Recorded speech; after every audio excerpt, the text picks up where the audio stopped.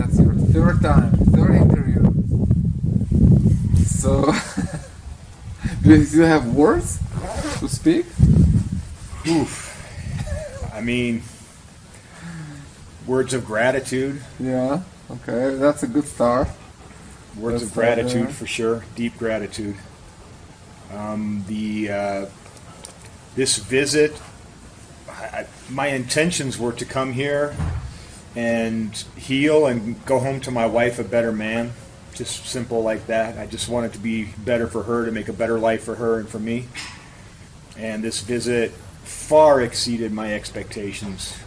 Huachuma medicine was extremely grateful and extremely showed a lot of gratitude for the hard work that I put in, and rewarded me handsomely. I never could have in my wildest dreams imagined what was going to happen to me. Okay, well, we need to unpack it for people here. You know? I'll do my best. Especially after yesterday, you know. So maybe we talk about like how it started for you the second time in comparison to the first time when you came here. Okay.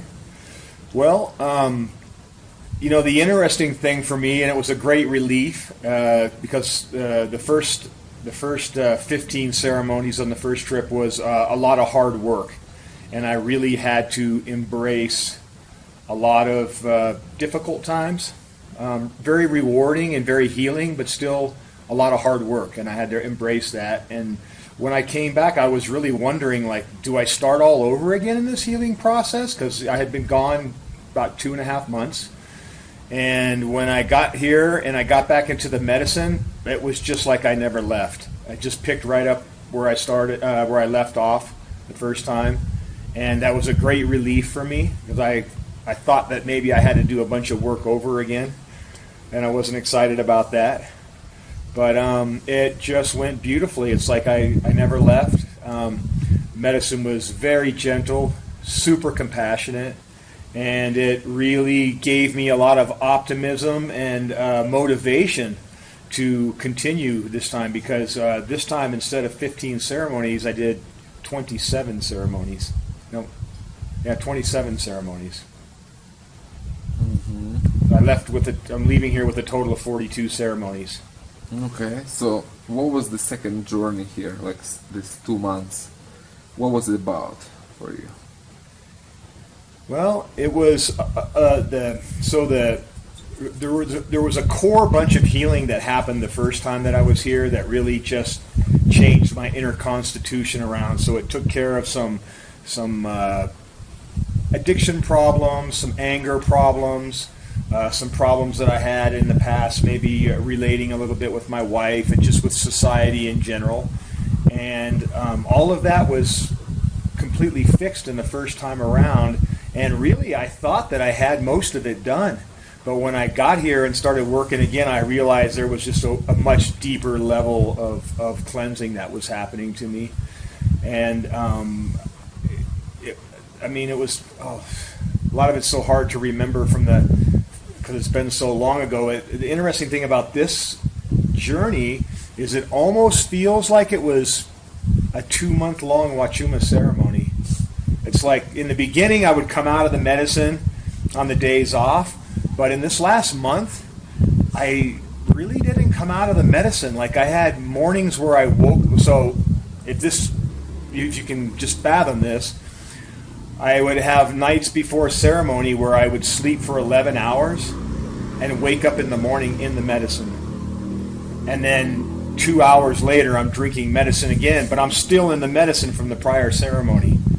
So it was kind of like just a one continuous ceremony. And in a lot of ways, just a lot of fundamental beliefs inside of me. One of the things I'd like to touch on I think is really important, is that there was all these little healing things that happened to me, but one of the things that I just never imagined was going to happen to me, and that was the deep belief in God that I have now, and the faith in God and God's design for all of us, His plan, and that I understand now that there is no such thing as coincidences, and there is no such thing as random chaos. And in the life that I used to live, I lived in this turmoil with all these things happening, and so much pain and suffering and death and destruction, and just me acting out against myself. And I used to, the concept of God, I understood that there was a creator. I believe that, like something had to have created all of this, but that's pretty much where it began and ended for me. And I just thought all of this was random chaos. I thought God's role was maybe like he snapped his fingers, the universe came into existence, earth and people came into his existence, and then it was just a random chaos role that like everything happened just based on cause and effect, action and reaction, just random chaos. And now I totally understand that that's not true. There is no such thing as random chaos. There is no such thing as coincidence. And what's happening right now, what happened in my journey was God's plan, God's design, and based on his love for me and for humanity. And that was like the final part of healing that happened to me over the last 2 weeks with all the nuke sessions. But I just didn't even fathom that was happening. And when I look back at it now, that was the key component that was missing from my life. It's like now the glue that took all those little healing things that happened to me and brought them all together under one energetic field that cannot be penetrated by dark, by evil, by bad, ever again the rest of my life. Yeah, that's a very powerful realization, especially to someone who is not a religious person. You never were a religious person. It's the same thing for me. I'm coming from the atheist environment. Well, that was the funny thing is we never talked about this. I don't think in any of the past videos, but I was actually born into a very strict Catholic household, and it was interesting because my mom and dad and 4 kids, and I was the only person that they made go to church. And I went through Sunday school and catechism and communion and choir boy and all that. And I got to tell you, I don't want to go into deep details about it, but I was severely traumatized by the Catholic Church. And that stuck with me through my adult life and into the healing here. And it's now completely gone. So that's, so you're born into a religious family. Yes. But then you're looking for your own way in life, your own understanding of the world. I understood that what was happening in that Catholic faith that I was supposed to be following, I understood that wasn't God's plan. Not that I believed in God, I didn't understand, but I knew that's what it was. That's what it wasn't. It wasn't in church. No. That was like your early understanding when you were going to Sunday school and all that. Yeah. You realized that it's not there. No, it was a very violent, abusive environment for me. So maybe we can talk, about how, like from that point when you realized that the God is not in the church, what was your search for God? How that continued in your way? I just pretty much became a agnostic or atheist. I just let it go. Once I got away from that, I was relieved. Like literally, my dad was on a business trip. I came home from Sunday school one day, and I remember it clearly in my mind to this day, like crystal clear, one of my earliest memories. My mom was pulling clothes out of the dryer, and she was folding them and stacking them on the dryer, and I walked up to her, and I had a terrible day at Sunday school. Atheist, I just let it go. Once I got away from that, I was relieved. Like literally, my dad was on a business trip. I came home from Sunday school one day, and I remember it clearly in my mind to this day, like crystal clear, one of my earliest memories. My mom was pulling clothes out of the dryer, and she was folding them and stacking them on the dryer, and I walked up to her, and I had a terrible day at Sunday school. Atheist, I just let it go. Once I got away from that, I was relieved. Like literally, my dad was on a business trip. I came home from Sunday school one day, and I remember it clearly in my mind to this day, like crystal clear, one of my earliest memories. My mom was pulling clothes out of the dryer, and she was folding them and stacking them on the dryer, and I walked up to her, and I had a terrible day at Sunday school. Atheist, I I just let it go. Once I got away from that, I was relieved. Like literally, my dad was on a business trip. I came home from Sunday school one day, and I remember it clearly in my mind to this day, like crystal clear. One of my earliest memories. My mom was pulling clothes out of the dryer, and she was folding them and stacking them on the dryer. And I walked up to her, and I had a terrible day at Sunday school. Atheist, I just let it go. Once I got away from that, I was relieved. Like literally, my dad was on a business trip. I came home from Sunday school one day, and I remember it clearly in my mind to this day, like crystal clear. One of my earliest memories.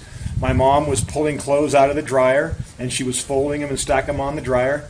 And I walked up to her, and I had a terrible day at Sunday school. For ceremony, I wouldn't have understood it, and I probably wouldn't have believed it as much as I do now. But since I've seen my path, I understand the statement, there are no coincidences. Like I can see the design, the intelligent design of my healing path, of the people who crossed my path, of the things that you did to help support me. Like all of these things they weren't just random, like, oh, hey, I think I'll do this with Mike today, or this person shows up who was a key component to my healing, and it wasn't a coincidence. I couldn't have got here to where I'm at today if it wasn't for things that Steve brought to me or that Nadine brought to me. And I can pick that out in every single person that came here, and now I realize none of it was a coincidence that this person just showed up and did Huachuma with me. Of course, they're here for their own plan that God created for them, but there was also an intersect in our lives that was meant to be, and it was designed that way. I couldn't have healed completely without those people, without these events. So, when you started mushrooms, that was after the Catholic school. Yes. And that went for years and years and years, for decades. Did the subject of God came through? No. Never. Like all your mushroom experience. No, I had experiences with what I consider to be entities, intelligent beings, maybe aliens, but it didn't. I don't know why. I realized that that was God in different forms and sending me messages and stuff, but it just didn't. It didn't pick up. But that was also. I mean, some of those periods in my life when I was using mushrooms were still very troubled times. Like I was using them just to survive. I mean, not to find God, so I didn't kill myself. So I didn't, from depression and stuff. So it was like really triaging trauma, and it was like God was so much further down the line when it came to the healing process. Had I had somebody like you, a facilitator, to give me good solid psychotherapy during my mushroom sessions, I took another turn. Right, but for me it was just so. It was just like emergency medicine to keep me alive. Like I realized when I take this, I feel better. I don't feel like killing myself. My depression subsides, and so I just wasn't. It just wasn't happening. Mm-hmm. It's too much sun here. I think we'll get cooked here. Okay. It's clearing up the sky. Maybe we need to move a little bit like this. Let's do it. Yeah, I don't want to get. So, when you were working with DMT all this time, did the concept of God came through this experience? The concept of it did, but not in the way that it did before, like the way that it did here. Again, I had a lot of these meetings with aliens and entities, like I have now on Huachuma, but it was very just in my face, very fast, and sometimes even a little bit traumatizing.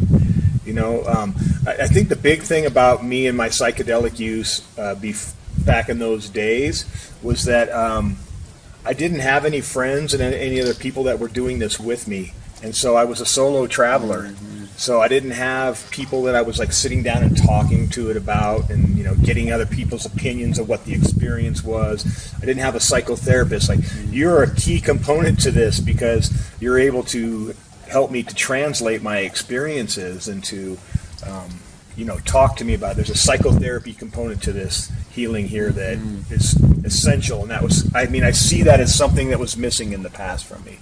Mm-hmm. So So how was your experience in God here? We can just jump into it and see how it develops. What was the experience? I mean, should I talk about my experience at the river? Yeah, if you want.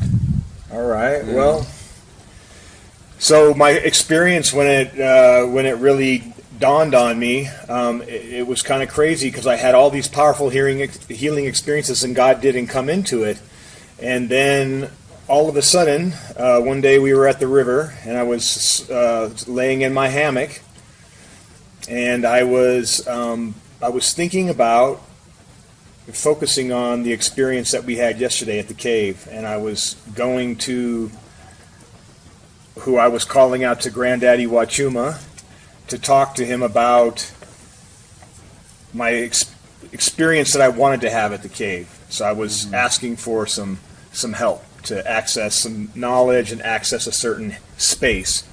And all of a sudden I was laying there, and the brightest golden light started coming at me. Now, my eyes were closed, but this golden light, I mean, the brightest thing I've ever seen, like brighter than looking into the sun, started coming to me, and then it just completely enveloped my body.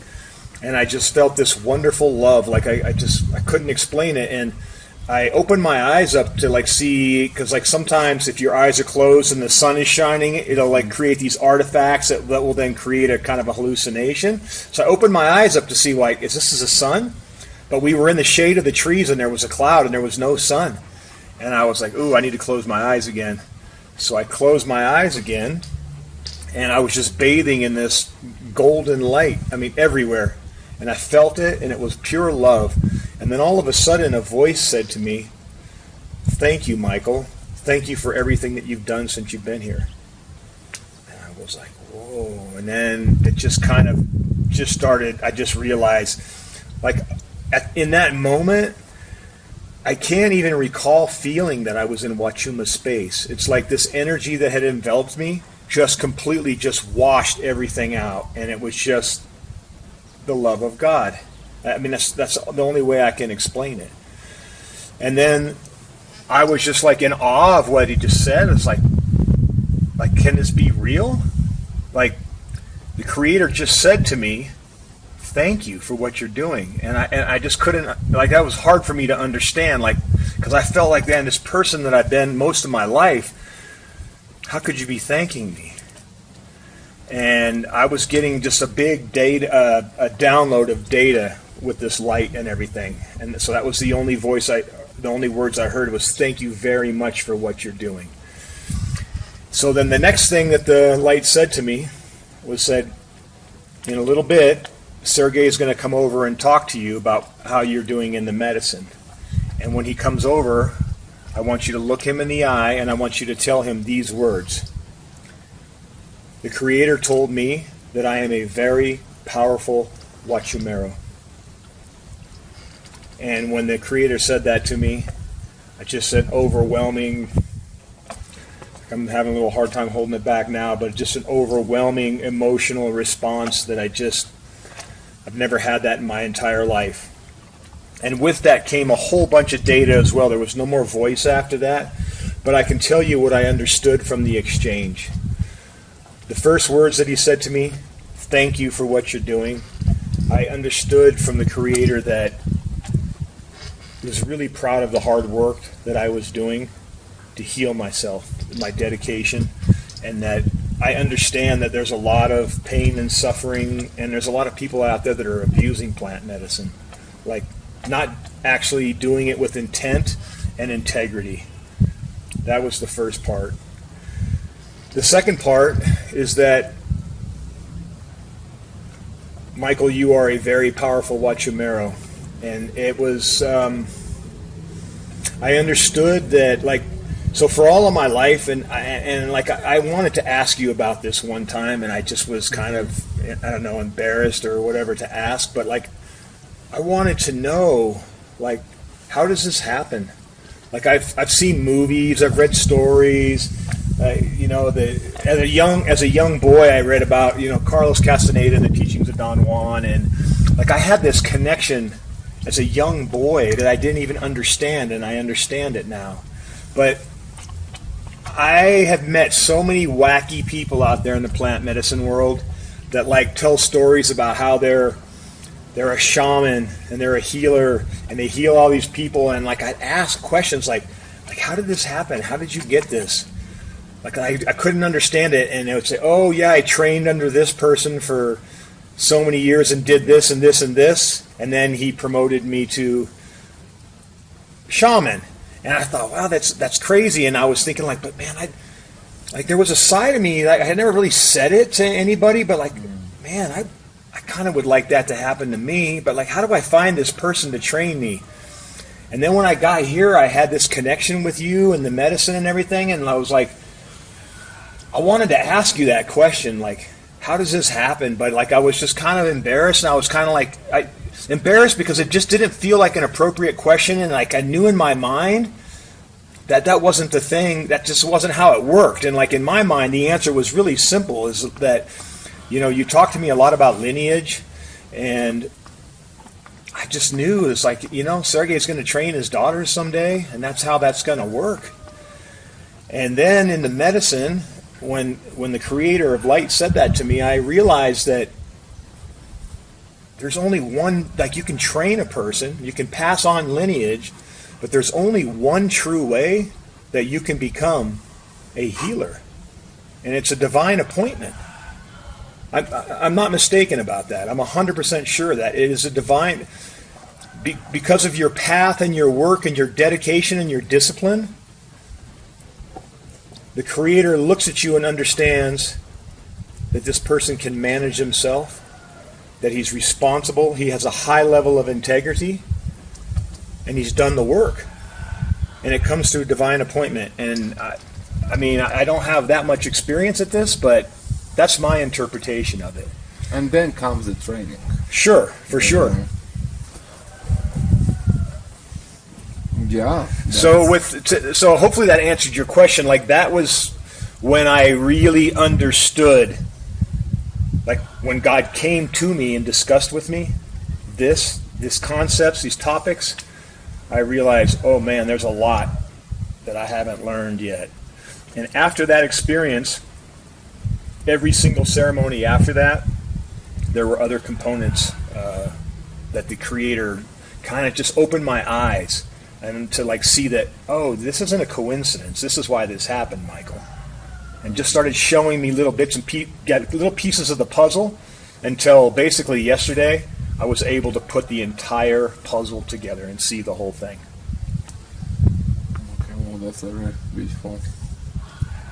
So we can move from here to, if you want, to the story that we are sharing now with the magazine. Okay. We can get to that point. To go back, we need to recount a little bit for people who are not familiar with you, who haven't seen the first two videos. Maybe you can introduce yourself, like briefly, what your army, fire department, like experience, and then how that resulted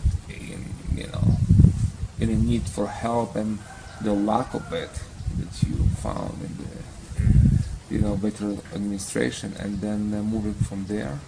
Okay. So basically what happened to me was, so I did my time in the Marine Corps, and I left. And when I first got out, I was having a lot of problems integrating back into society. And so what I decided, and actually what I mean by that is, I had a lot of problems with my anger. I was drinking a lot. I turned to drugs, specifically cocaine and methamphetamine. And during that time, I couldn't handle it. And so what I did is I went to the Veterans Administration, and I walked through the door one day, and I looked at the receptionist and said, "Hello, I'm Michael Endicott." I gave her my ID card, and I said, "I am a danger to myself and to others." And that's what I said to him, because I knew that I had to say something to get them to take me as an inpatient. And so exactly what I thought was going to happen happened. She picked up the phone. She called somebody. They came down and got me, took me upstairs, put me in a pink jumpsuit. Pink what? What was that? They admitted me to the what they call the psychiatric ward. These are for people who have bad emotional problems, substance abuse problems, and people who are at risk for killing themselves. And so I spent probably 8 to 10 days there, completely detoxed from alcohol. They gave me a social worker, a psychiatrist, psychologist, a team of people to help work with me. And they gave me a couple of prescriptions. So one of the prescriptions was called bupropion. It's like an antidepressant. It's a mood stabilizer. And the other one is called Ativan, and it is a benzodiazepine. And what that does is just like I called it my chill pill. So what the doctor told me, he said, Mike, when you start to feel angry, I want you to take one of these pills, put it under your mouth, look at your watch for 1 minute, and an effect should start to happen. After your tongue, under the tongue. Right. And it just totally just numbed me down and just like made me feel like jelly. It was like, didn't want to hurt anybody, wasn't angry anymore. And so that drug wasn't a big problem. I mean, it was a problem in that I abused it for a little while until they stopped the prescription. But the drug that they gave me, bupropion, I'm sorry, I don't know the exact science behind it, but it's a receptor blocker.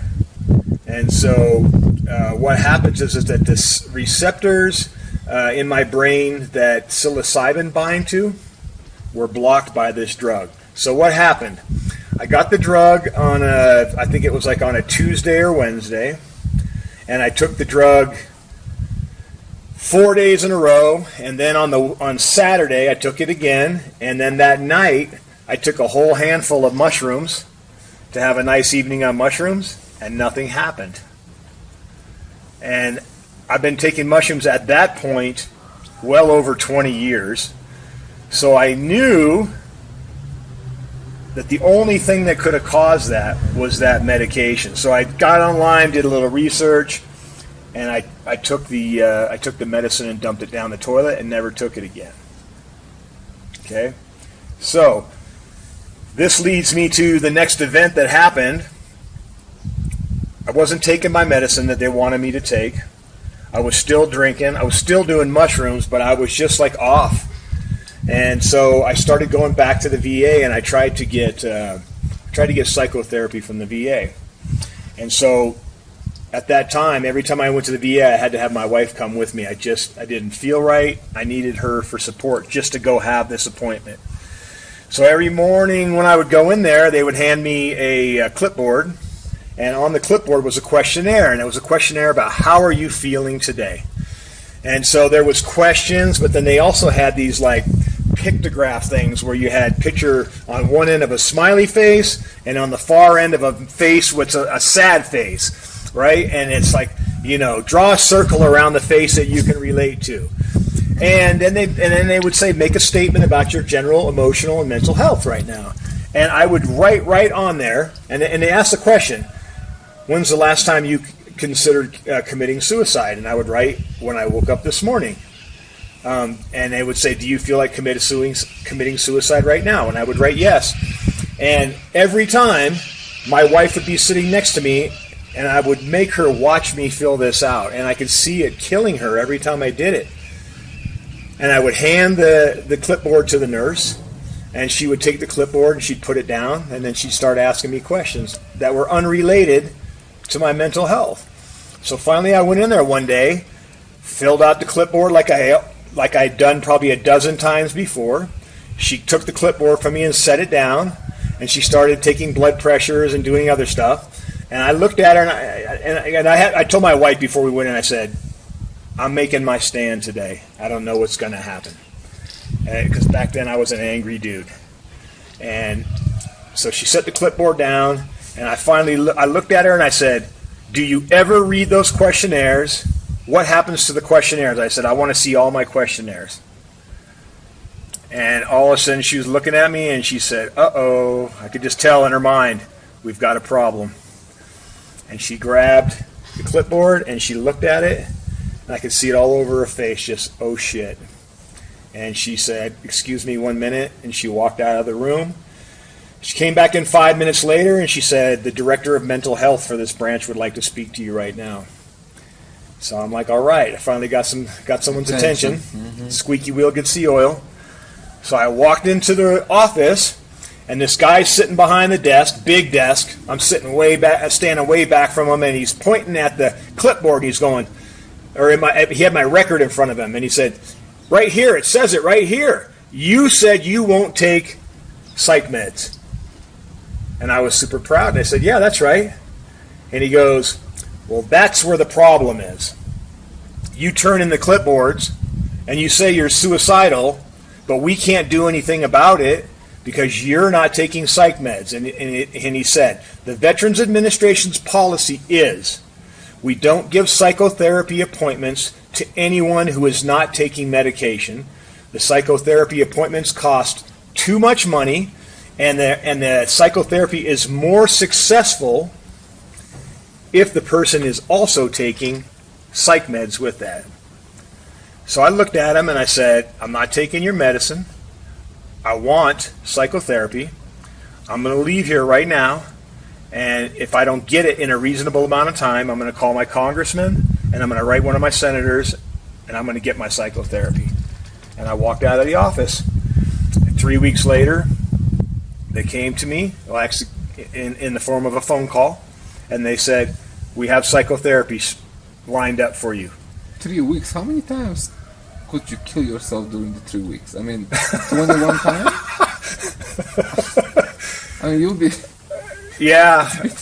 delayed, you know? Right, and I was really, at that point, I wasn't drinking quite as much. My mushroom usage had gone way up to almost daily, and I wasn't doing great, but I was keeping a lot of those thoughts at bay. But I've still recognized, like, this isn't. The medicine's helping me, but I'm not able to cure myself, and I don't want to just go the rest of my life just keeping the symptoms at bay. Coping with it. Coping, right. So they said, okay, you have a psychotherapy appointment not too far from my house, and it was at a family medical center, and this person did family counseling. So I walked into the room, and this lady that was there to greet me and to do my therapy was the exact opposite of me. I'm a man, she's a woman. She was probably about, I don't know, maybe she came up to here on me, and she was small and petite and a real quiet, squeaky voice and just very feminine. And I'm walking in here, and here I am, this, agitated 6'2", 240-pound man, that was angry and drinking and all kinds of bad stuff. You know what I'm saying? Scary, man. You scare her. I was a scary dude, for sure. And so I sat down with her, and I'm just thinking, like, how on earth is this going to work? How is she going to possibly understand me? She probably has never seen a dead body in her life. She doesn't know anything about loss. She's probably, just so many things that we did not have in common. And I just immediately lost confidence. And I'm sure she was a wonderful lady. Nothing bad to say about her. She was very professional, very nice, but you could slice the air with a knife in the room. It was so thick. It was just like, it's not going to work. So I left that appointment. I went home, and that's when I got on the internet and I started searching plant medicine healing and found you. Mm-hmm. And I realized that this wasn't going to work. And so that's the story of, like, how I moved from the Veterans Administration being suicidal and finally coming to a point where I found real healing. Well, the one thing I do want to mention about that story that's actually quite funny, the appointments were every month is what they were, just once a month for 40 minutes. So I had the first ceremony. Within 2 weeks, I was here. So while I was here on one of the days off, I was in my room, and my phone rang, and it was her. And she was calling to remind me that I had an appointment in a couple of days. Oh, it was hilarious. And I was just like, it was the only time in the medicine, except when I started taking the medicine, that I felt rage. And it was like, probably after a ceremony or 2 or 3, and I said, listen, I want you to know something. I'm down in Peru drinking Huachuma medicine, and I'm going to completely heal here, and I won't be back to see you. Click, and hung up the phone. And so one of the things I understand when I get back, I've actually gotten a couple of emails from the VA since I've been here. They want to talk to me about something, and I'm pretty sure I know what it's about. Okay, well. So, and I guess to finish it out, what you were saying about the about that story is that recently I came into a connection through a friend of mine through a magazine called Psychedelia. It's in printed form, and it's Psychedelia Live online. It's e-magazine, and I kind of reached out and contacted them with some information about my story because I felt really strongly about the healing that I've had here, and I desperately want fellow veterans and firefighters who need this help to be able to access it. And so the way to do that is to get my story out there. So I'm working on that right now. Well, you said one appointment in a month.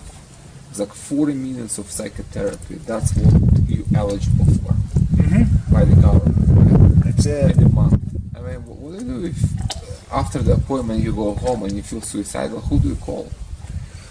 Well, they have a hotline, a 1-800 hotline number that you could call for sure. I had several of those. You just keep ringing them every day. Like, hey, today is like a Wednesday. And they dedicate someone to talk to you on the phone and talk you out of it. But that's right. We both know what that is. I mean, but I will say this: the deepest of gratitude to all the young men and women out there that work on those calls, that are there for people, because that is a dedication to help people, whether it's on the phone on a 1-800 number or not. I mean, these people are there and they're offering that service, and so it's better than having nothing. I mean, at least something. Yes. And yet, still 22 vets are killing themselves every day in America. So all your hotlines, sign meds, people are taking their lives every day in a bunch. And for each one that does, I got to imagine. Firefighter, that's a different story. That's a different story That's altogether. different count, there's too. there's definitely a lot of first responders. So I put in that group firefighters, police officers, nurses, people who are working with emergency trauma. The incidence of suicide is really high there, probably the highest in the nation. It's so unnecessary that can be prevented easily by just spending some time here with the medicine, you know. For sure. You want to talk about the my first nuke? Oh, if you want. The story of the wolves? Yeah. Oh, the wolves. Okay. If you want, yeah. So, I mean, that was about at the halfway point of my second trip here. And I feel like it needs to be discussed because this was the turning point in my healing. And so to that point, we had dealt with things like individual things, but we didn't really deal with the things that were really deep, dark inside of me that caused me to drink, that caused me the anger, that caused me to be the dysfunctional person that I was. And so I think that you were kind of starting to understand that there was at some point going to have to be some form of ego death, something annihilation of that old me. And so it was a really wonderful day, one of my best healing sessions. I mean, that defined for me where I was going. Like, I understood, wow, this is way bigger than me, and I didn't really understand it until that point. So what happened to me that day, you didn't tell me I was being nuked. You just came in with this different medicine. And so me and Steve and Mayor Sue drank it. But when I drank the medicine, I probably had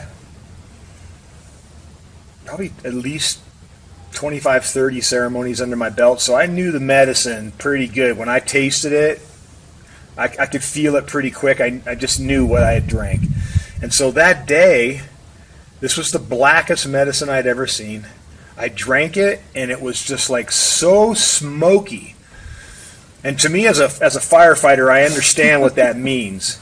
And the reason that tastes that way is because it's been absorbing the smoke and the chemicals that are in the wood that you use to cook it. And that wood was eucalyptus. And I could...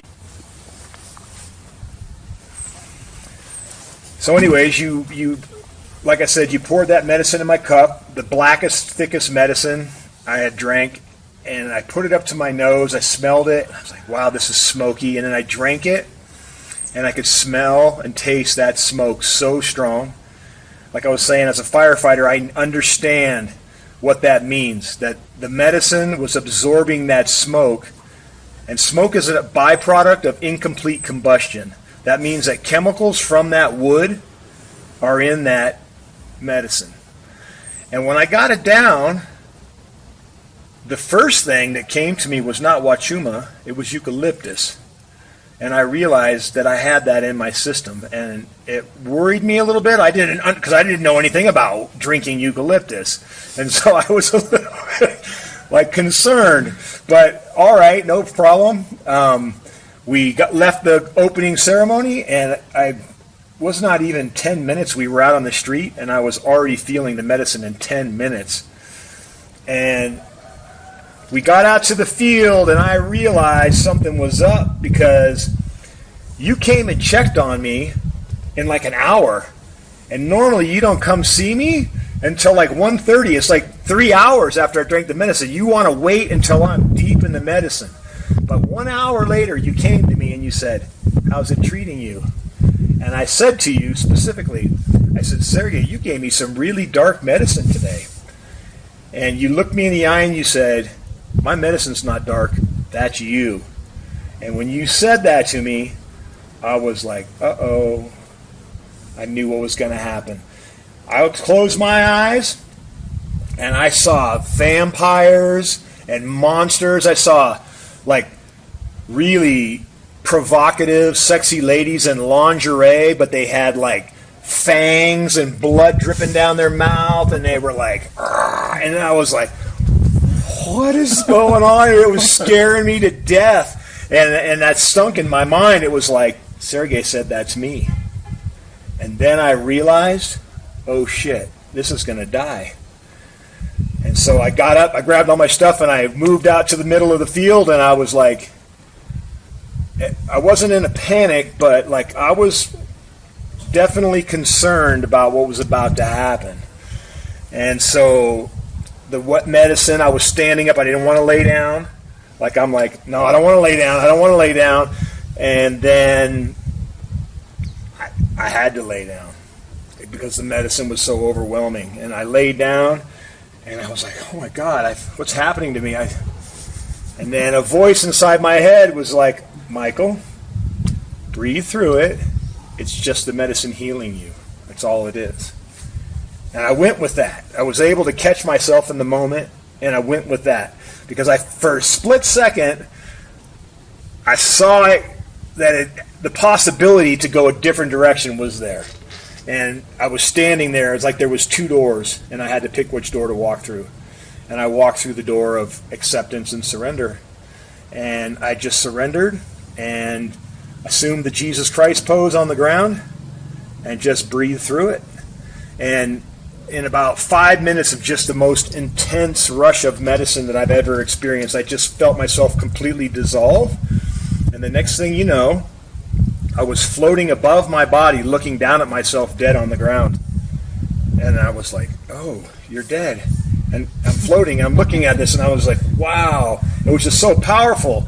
And then the next thing you know, these pack of wolves came from nowhere, and they started to completely eat my body, pull pieces off, like I watched my whole body get torn down to the bones, and then the bones carried off by the wolves to the different corners of the universe, gone. I was floating above where my body was, and there was no trace of me. Gone completely. While you were floating. While I was floating. Like observing the whole thing. Observing the ground, and I was gone. I watched and while the wolves were tearing me completely to pieces. I could feel it. I could feel my body getting pulled and jerked, and I was like, whoa. It didn't hurt, but I could just feel the physical sensation of getting pulled. And so after that happened, I just kind of dissolved out of that vision and went back into kind of some semblance of a normal Huachuma ceremony.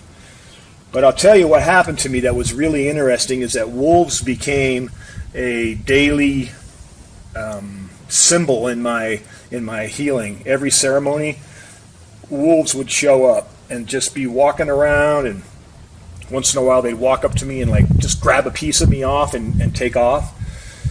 Till one day, probably about 2 ceremonies after that death experience happened, I was laying there, I closed my eyes, and when I closed my eyes, there's a wolf laying next to me, just looking at me, just like he was my friend, just panting and looking at me, and every once in a while he'd grab a piece of me somewhere by my neck and my face, and I was like, whoa, and he'd kind of grab it and then he'd go like that and flip it and get rid of it. And then all of a sudden, I went into this vision of me being a drug addict and alcoholic.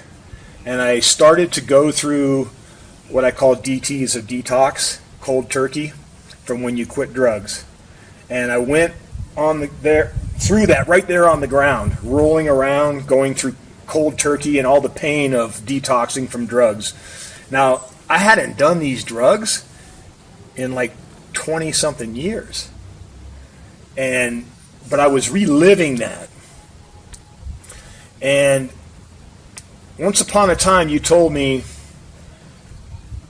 so yeah, the medicine's going to get you to stop doing the drugs. We can get that. But what you told me is you said, but what I want to do is wipe it from your DNA completely. And when you told me that, I just didn't really understand. I mean, I got what you were saying, but I just didn't know how that was possible. So anyways, after probably an hour or two of rolling around on the ground going through this cold turkey and detox, all of a sudden it was over, and I felt this overwhelming love inside of me. And when I had my eyes closed and I looked over to my left, and the wolf was laying there dead. It was a skeleton of his face, his jawbone had dropped off, and he was dead. And I understood the symbolism behind that, is he took that last bit of poison, powerful poison and toxin from me, and he died for me. And I realized at that time, my understanding of it is my DNA, my soul, all of it's been scrubbed clean of all of that stuff. That's my best understanding of it right there. So wolves have been a topic in my, have been very powerful in my ceremonies ever since. Let me grab a jacket, it's a bit cold. Okay. I'll be there in a second.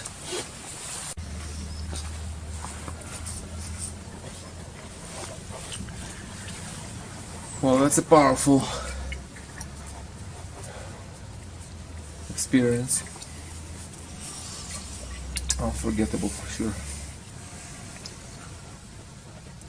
So how the medicine changed after that? After this ceremony, how the process went? So after that probably three ceremonies of the interaction with the wolves, I interpreted that as kind of a final cleansing, because what happened after that was a rebuilding of who I am, my inner constitution, my thoughts, my perspectives on life, building me up into a, for lack of a better term, a Huachuma warrior. And like everything was reflection at that point. So in the past it had been reflection of who I was and getting rid of that. And at that point it became reflection of who I am and where I can go and where I am going through the work that I'm doing. So it was just a complete rebuilding. It was almost like a Huachuma boot camp, because at that point I was broken down to who I was in the basic form, and then we started into a nuke therapy, and And that was, like I said, like Huachuma boot camp. And that's a good label. I don't know what else to call it. And so it started building me back up into this new, powerful, confident, disciplined person that was just like unstoppable. Like I just got like so hungry and fanatical about the medicine and healing. Like every little detail of my healing just became, it was just like something like I was almost like a machine, like I said. Huachuma machine. It was every detail. What a journey from that day when you stepped into our place, nearly dying on the fumes. Sergey, I came here to die or heal. One of those two was going to happen. Wow. I'm glad you took the other road, you know. It's been absolutely wonderful. So, from Huachuma wolves through the caves to the ancestors at the cave yesterday, maybe you want to share what happened yesterday. I'd like to share that, and I will just say this. I'm definitely going to hit that. I just want to share, though, that after that happened and in this building process with me, the topic of every Huachuma ceremony that I had, the main topic was gratitude. Whereas before, I'd come into the medicine, I'd say, look, I need help with this. Can you fix this? What do I do about this? I'd come in for advice and I'd come in for healing. And I noticed that after that, the trend was gratitude. And when that started, my connection to Huachuma ancestors took off. So I'll just give you a couple examples of that before the cave thing. But when we went to the Eagle's Nest, I connected with Huachumeros up there that had drank medicine and sat up there at the Eagle's Nest. I don't know, 1,000, 2,000 years ago? I mean, there's no mistake in the energy that I was connecting to there. Just recently when we went to the Rock, I went up to that guardhouse, the round house up there, and I went up there and made an offering in there, a significant offering. I spent a lot of time up there. And I was able to emotionally and mentally connect with the Incan warriors that used to serve in that building. Like literally they were talking to me through the medicine, like connection of deep gratitude because of my past as a warrior in the Marine Corps and in the fire department, and then to come into that space where these warriors served, and just like it taught me a lot about what it really truly means to be a warrior. Like these warriors, I mean, the Marine Corps has nothing on these guys. These guys served their queen like they served God. These were disciples of discipline and love for their queen. Like you just can't understand it. And this, how they delighted in me coming in there and offering mapacho and offering sage and spending time and talking to them. It was just, they really delighted in it. They loved the gratitude. So now the cave. The same thing. Before I went to the cave, I had all of these ideas in my head that, like, I'm going to go to the cave and ask for this, and I want to do this and this. And when I sat in the spaceship, I made connection, and I felt the energy come through me, and it was like I was sitting in the best way to describe it is a non-lethal electric chair. Like the medicine was coming through me, and I had clothes on and stuff, so the contact wasn't great. But when my head was against the stone, like it was, I felt it just like going right through the back of my head, and I was like, oh, and it was just, the energy was so powerful, and I was thinking, how long can I sit here? And then the voices started talking to me, and they were like, how long are you going to sit there? And I was like, as long as it takes. And that's all I said, and I just sat there and took it, and it almost felt like they were playing with me, like, yeah, let's see if you can do this, let's see if you can do that. And then they were like, what do you want? Why are you here? Go ahead and ask us, what do you want? And I was like, I'm here to pay honor and gratitude to the Huachuma priests that used to come here and transport. That's the only reason I'm here. And they kind of laughed at me at first, and then they said, I want you to take that bottle of agua de Florida, and I want you to wash your hands. And then I want you to put your hands down below where your butt is, and I want you to make good contact. So, all right. I don't know if you remember seeing me do that. I stopped, I put the agua de Florida on, I put my hands down, and when I did that, it was like lightning went through both of my hands and out the back of my head, which was touching the stone as well. And I just went for a ride. And the whole time I was going through this energetic ride, they were asking me some questions, and they were kind of, there was two people, two voices, and they were kind of joking a little bit, but like kind of sarcastic but serious. And they were like, how long is he going to hold on? How long is he going to do this? And I just kept doing it and doing it. And then finally they were like, all right, why are you here? You got to have something. Why are you sitting here? And I just said, I'm here for gratitude. And then they said to me, all right, how are you doing physically? Any concerns inside of you? And I understood they were asking me like, hey, tell me, do you have any ailments, any problems? And I said, well, my lungs, I used to be a smoker. I'm worried about my liver and my kidneys. And as soon as I said that, boom, the energy just took off again and just started jolting me and jolting me and jolting me. And then he said again, okay, now what do you want? And I said, okay, what I want is I want to be able to heal people. And I said, I want to know if I'm doing this right. I said, I just came into all of this, and I want to make sure that what I am doing is impeccable and right by you guys. I said, I want to honor my ancestors by getting it right. And all of a sudden, the voice said to me, you're doing it exactly the way we used to do it. And at that moment, I just started to cry. And I just said, thank you, thank you, thank you. And I realized that my ability to heal people is coming to me. It's here, but it's coming to me on my path.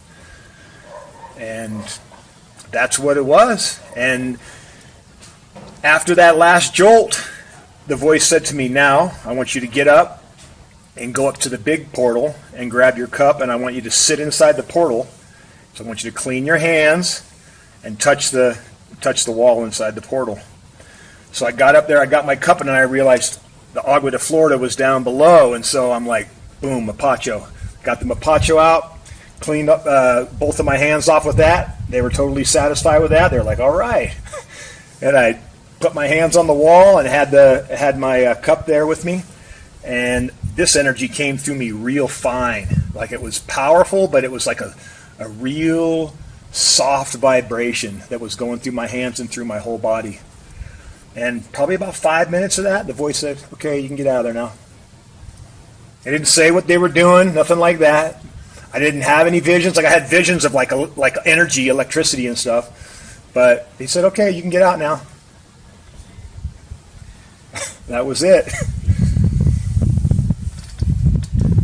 Yeah, usually, I don't let people sit there. It's not for sitting, it's just for connection, visual connection through hands. But I didn't want to bother you. I felt like it was important for you. So no, they told me to go there. I said, okay. But he enjoy his little electric chair, it's all for good of all. So I wouldn't have gone there if they hadn't have told me to. Like the one looks like a seat. The other one looks more like a portal where you transport things, like an altar. But yeah, the voice told me, go sit in the other one now.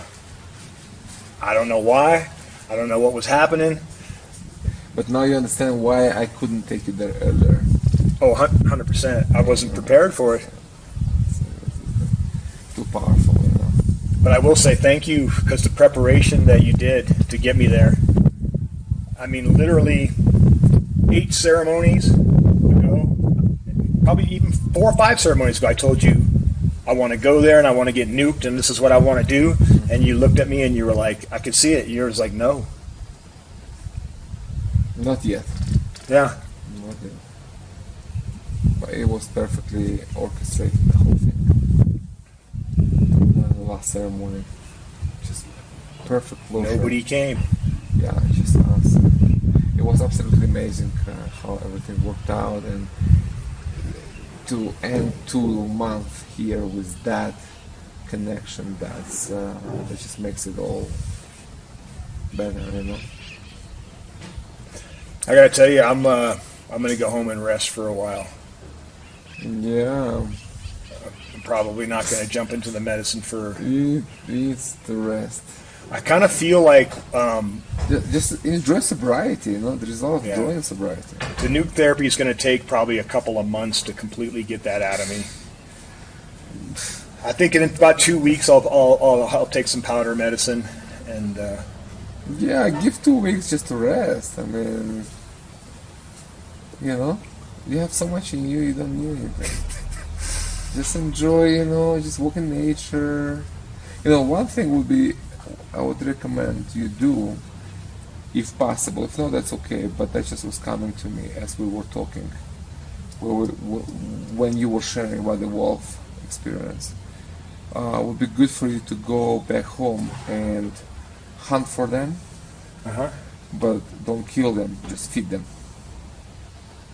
Just grab with you some meat, buy some meat, and just find wolves that are in the wild, and kind of, I know where they are in my state for sure. well, you need to have a physical contact with them, that's all. And just kind of express that gratitude for what they did for you here, so you just feed them. But do it like farther away from your house. If not, you lure them in, and they will, you know, hunt your cattle and all that stuff. So you don't want them too close to your house, but far enough so you establish the connection, show gratitude, and leave them in the wild. That would be important, I think. I had an experience with coyotes when I was living in California, so I was luring them in, you know. I have coyotes around my house. But in your case, it has to be wolves. Right. No, I know. Because I know. they Where, came to you. I know where they're at. Yeah. So that's a mission among others I can arrange to that. get that done, you know. And maybe take some medicine with you there too. I think it will be good actually, you know. Like do it on the medicine. You will. So you know, so you don't scare them, and you know, so they don't feel threatened. Otherwise, they will not come close. You know, they're smart. So they need to feel the vibration of like a non-threat from you to kind of establish that communication.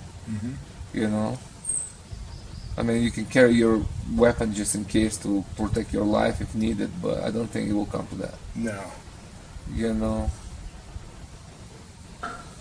I don't think so at all. It just will be a beautiful closure to do it in a physical dimension, to follow that experience. It's a beautiful way to show gratitude. Just bring them a good, you know, a good lunch for those guys. You know what I mean? A couple of rabbits. Whatever you find, I mean, a piece of a cow, I mean, some, I don't know, like whatever, like bones, leftovers, I don't know what you... Yeah, rabbits will be good. I don't know. I don't think they will eat dead rabbits. They are hunters there. I mean, they kill and eat. I mean, I've got some goats. Mm, My wife is attached to them, though. no, we don't want to sacrifice your goat. Let's think. But I'm not sure. Maybe they will eat. It's a winter time. You're moving to winter time. We're moving into that, so they'll eat whatever they they will can eat get. whatever. It's not like, you know. They're predators, but they're also scavengers. They'll take. They can. So okay, just to avoid killing unnecessarily, you Right. know, anyone else for gratitude. You know, you don't want to take life for that. It's No. like just, you know, a frozen meat. Just give it to them. You know. I can figure this out. Yeah, that would be good. All right, and if you can take a picture, it would be lovely. Take a picture, send it to me. As that happens, either you, direct communication, look, or actual feeding. I'll figure it out. Yeah, that would be great. That's really good. I'm really happy to see how the healing progressed from such a low point in your existence, like literally near death, to embracing healing energies, not just for yourself but for others. It's a huge transformation. Huachuma is very generous. I learned Yeah, it that. I gives you more. experienced it. It's like Gives you more. That's why I always say. very rewarding. You put in the work, Yeah. and you're going to be greatly rewarded. Yeah, that's true. That's what I always say. I mean, that's exactly the words I say. You know, it's like gives you so much more than you know, hope for. If you really play your part, just give you more than you can handle. You know, it's like your bag. It's huge. It's like a Santa Claus bag with all these gifts. Now you're carrying back. You know, for Huachuma Santa Claus. My wife's every time she sees me, like when we you know, talked face to face time last night, and she just she sees it and feels it. Oh, of course, She sees it and feels it. She's so excited. she remembered those meetings in VA. Mm-hmm. I'm suicidal, you know. She remember that feeling, you know. Wake up in the morning with that. And she's leaving looking with forward that. to coming back. I will say this: when I was in the spaceship in that seat yesterday, just taking it with the energy, and the voice said to me, "I want Brooke and Liz here right away." Like in a very authoritarian voice, said both of them by name, and I said, "Okay." We are here. The only thing we are moving towards rainy season, so we don't visit those places between December and. Actually, no. To the cave we can go, you know. But still better kind of around. I think they'll be around. here in about April. Yeah, April's fine. April we do whatever. I'm going to be back sooner than I originally Yeah. thought. I thought it was going to be a year. I'll be back before then. It'll be in 2023, but I will definitely be back. I mean, the world is a crazy place, and you know it's good to kind of maintain that more often, so you have all this energy flowing through you and helping people there. You know. I'm learning more now than before was a healing. Now it's all learning now. It's all. I mean, there's still healing happening inside of me. Yes, for sure. But there's a learning component to it now, and that I need. It's like I feel the energy, the creators like. We got to get you all these tools. We got to get you prepared. Yeah. It's like that's what always I say that it's like healing. It's where it begins, but it's not where it ends. Mm-hmm. You know, for some people it's that people on different paths.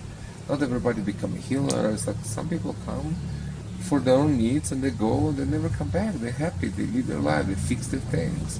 You know, others find inspiration and a strong sense of belonging to the ancient shamanic culture. So it's a different path for different people, you know, and it's all good. You know, you come 5 times a year, it's okay. You come once in 5 years, it's okay. You come once in a lifetime, it's okay. You know, whatever is your calling, you know, not everyone is fit for more, you know, but healing is for everyone. Yes, that's for everyone. This definitely is my life now. I mean, I recognize that it's a huge part of my life. It's not just going to be that. I have a life with my wife as well, but it's a big part of my life, and I think that the biggest weapon against suffering that I have, the biggest tool that I have in my toolbox is my story. And for me to be able to go out and witness to people what happened to me and be able to heal people through that by bringing them down to Huachuma Wasi, that's something that's going to happen, and it's going to happen real quick. Well, you know, for some people the question is how you integrate this experience into your life. But I would suggest to reverse that and ask yourself how you integrate your life into this experience. Right. That's how it becomes your path. Yeah, that makes sense. That's what's going to happen. Yeah. Okay. Well, I've always followed your instructions to the letter, Sergey. Yeah. Well, that's why you where you are. Right. You know, you just trust the guidance, trust the medicine, do the work, and see the results. That's it.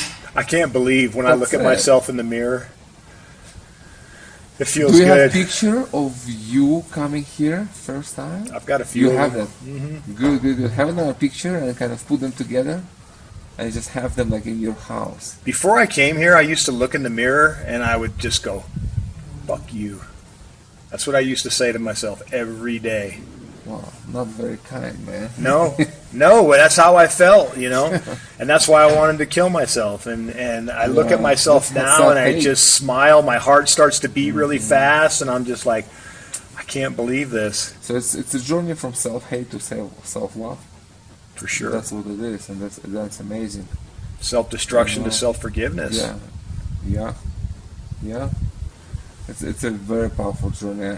I'm glad we bring it. We talk again each time you come. We talk. I think we talk extra time about the mushroom and Maria Sabina in Mexico. Mm-hmm. That was the extra one. So that's our third talk, and apparently people like it very much. It gets the most views. So people like the story of Marine firefighter.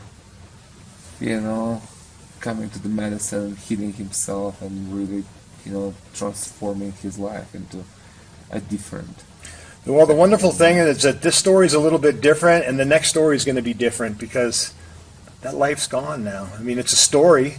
It's the past. It's the past, yeah. And it's going to be wonderful to talk about next time I come back, to talk about what's happening right now. Yeah, well, that will be another level in the spiral up. Mm-hmm. It's like you're going to unpack all this for a while, then you come for more nukes, more wolves, more gods, more nukes, nuke therapy, more nuke therapy.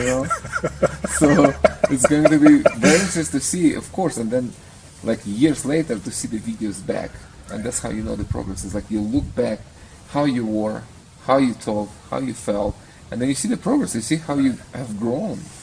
I got one thing I do want to say before this is over. It's just how rewarding and deeply healing it's been being with these other people that are here.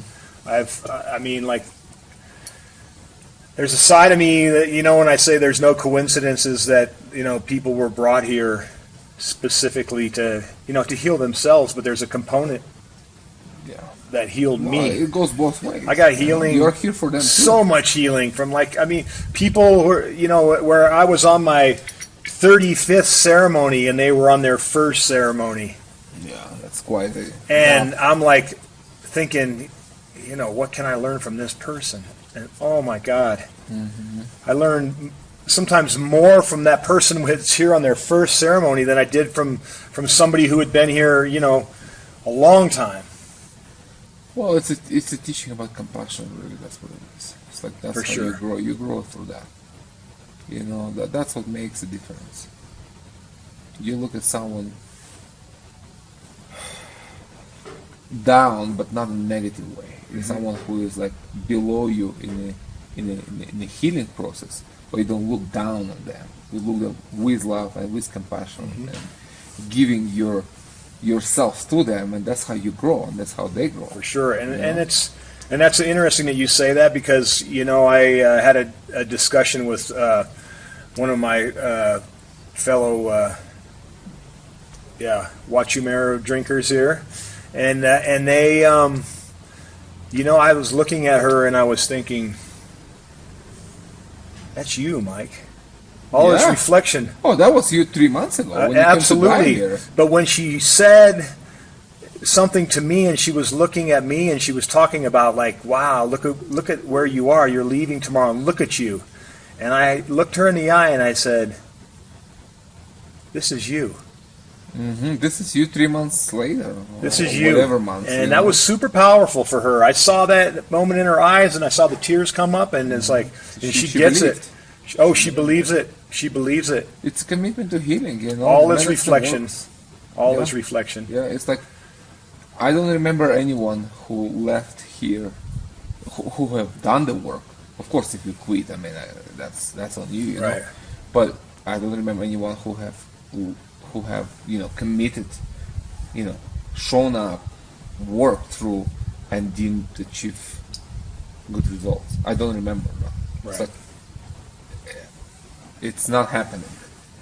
You do the work, you put in effort and trust and In commitment. the 3 months total I've been here, I've seen a lot of seen people many come and people go. there, Yeah, and it's been they've all been successful, Yeah. really successful. That's how it works. It's like it's up to you. That's why I cannot guarantee anything, because I'm not in your head.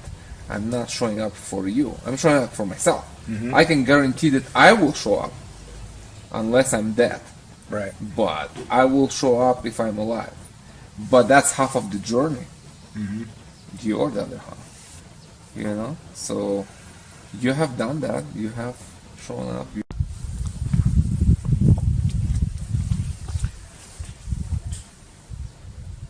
So you have done the journey.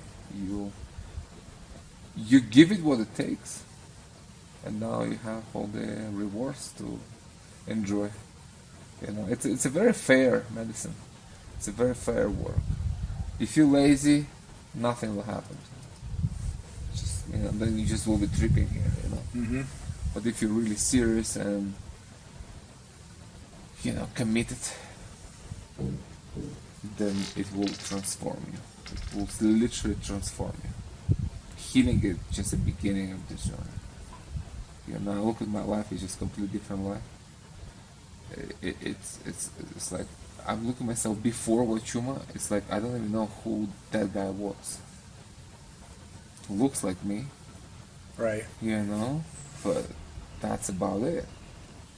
You know, so that's the energy I'm kind of trying to convey to other people and share with others. The transformative power of Huachuma. You know, the rest means very little to me. You know, it's just that. It's like, what can you become as a result of this work? Like your potential, like, you know, to realize your potential. Mm-hmm. That's what it is. It's a healing, regeneration, and self-realization. That's how I see it. These are the stages. Mm-hmm. It's like the whole thing. And interesting enough, last conversation we had here was with Kelly, the psychologist. Right. And in our talk, we were talking about all this, you know, non-material stuff, metaphysical stuff, and we actually were, making fun of the mainstream approach to anything that isn't visible and how, in their minds, it's a non-existent real. Like, basically, everything we just shared here would be classified as a type of schizophrenia. Mm-hmm. For this guy. Oh yeah, 100%. I realize that. It's like you are just like, you know. He actually shared a funny term. It's called a schizotypical person. Right. Like you are that. Congratulations, you are a schizotypical person. Right, but isn't it interesting that if Jesus talks to somebody, they're not classified as that? Yeah, that's the same thing. That's the same category, you know, but it's not. But it's not.